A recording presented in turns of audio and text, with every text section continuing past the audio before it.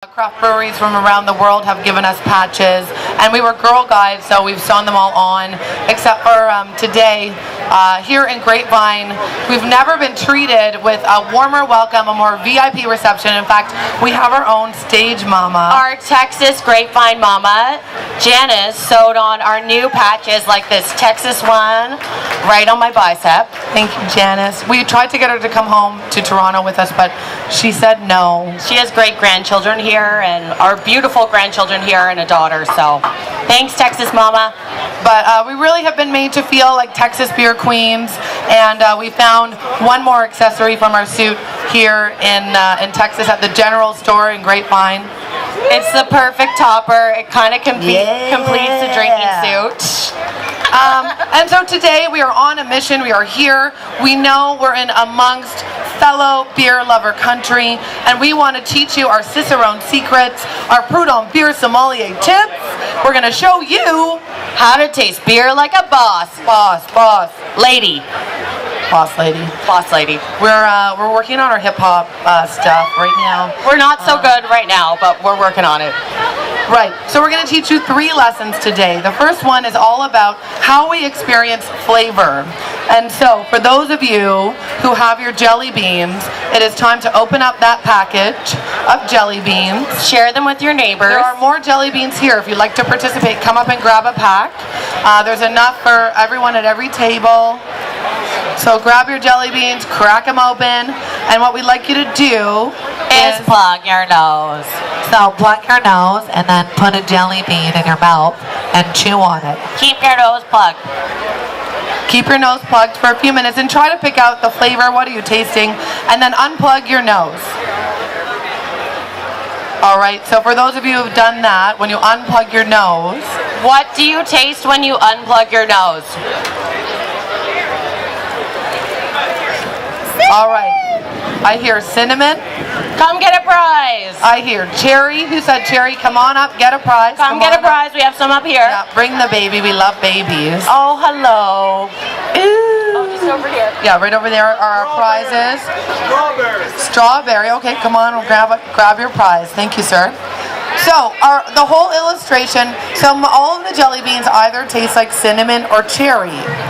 But when you're just chewing them with your nose plug, they just kind of taste sweet. And so when you unplug your nose, you understand there's 2 different flavors there, and you can finally taste the jelly bean as a whole.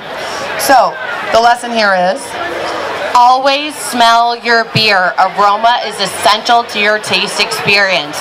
Our tongues and our palates can detect 6 different flavors, but our noses can pick up 10,000 different aromas. So if you're not smelling what you're eating, if you're not smelling what you're drinking, you're not actually tasting it. Flavor is a combination of aroma and taste. Yeah. So now that we know that, part of our tutorial today is to actually do a little guided tasting with some of our favorite beers here at the festival. So if you have an empty glass and you have your stamp card, we'd love for you to taste a beer together with us. So come on up and get a pour. The first beer we're going to taste together is the Left Hand Milk Stout. It's from a brewery in Colorado, Left Hand Brewery. And this stout is to die for. It's so good. Yeah, so we've got some wonderful women pouring that Left Hand Milk Stout for you.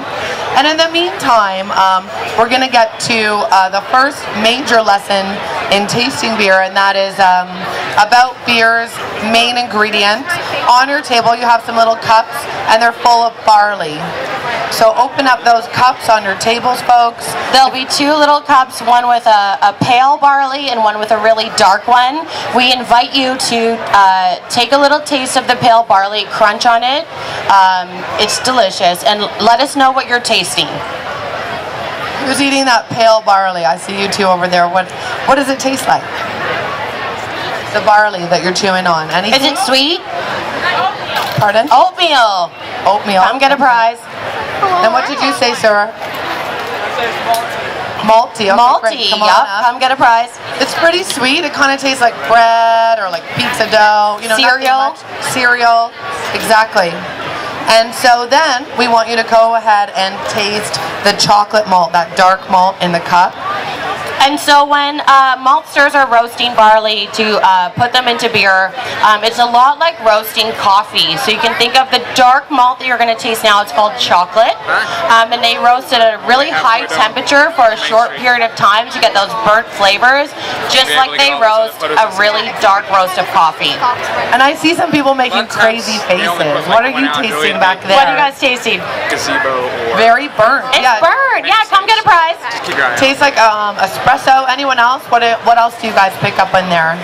Burnt, roasty. I feel like I heard chocolate. So beer is made from 4 main ingredients. Who can tell me what all 4 ingredients are? Yes, you. Water, barley, hops, yeast. Yes! Come on up, grab a prize. Very That's good. a great answer. And so barley is a preferred grain in beer. You can also use wheat or corn. But barley is great because, as you can see in your cup, it comes with a little husk. And then inside the husk is a little sweet nugget of kernel. And so when you grind up the barley to brew beer, that husk is just like that husk of a coffee bean. It provides a filter bed, and so you can mix up barley with hot water, filter it through like coffee, and you have a sugary base for your beer called wort. And so barley is the preferred grain for brewing beer.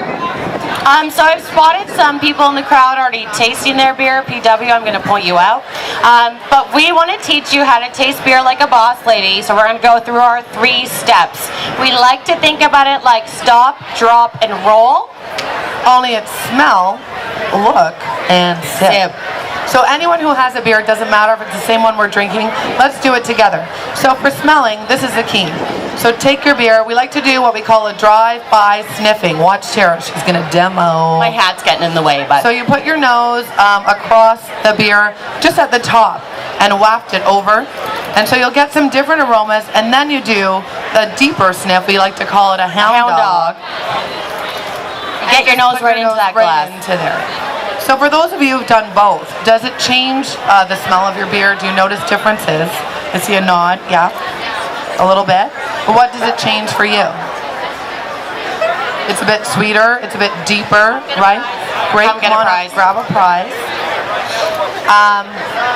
I'm getting lots of coffee, I'm getting some chocolate. It kind of smells a little bit like a chocolate milkshake, but roastier. I almost get like a molasses, like a deep kind of caramel thing going on, like a dark molasses sweetness. Okay, now we look at our beer. Isn't it lovely? It's beautiful. It looks beautiful. It's pretty black, but some red highlights on top. Oh. One of the keys to evaluating your beer is looking at that beer foam. How long does it last as you sip? And does it coat the edges of the glass and kind of make a lovely lace? That's a sign of a well-made beer. It's kind of like the equivalent of legs on wine. Yeah, foam is important, those bubbles. So now we can do the fun part. We can sip. Cheers. Cheers. Yes! Oh, that's great. So when you sip your beer, we look for 2 things. 1, the flavor. And in wine, we look at the balance between acidity and sweetness. Yeah. In beer, we look at the balance between sweetness and... anyone? Bitterness. Oh, Do I get a prize? no. Okay. No. Yeah, sweetness and bitterness. So would you guys just classify this beer as sweeter or more bitter?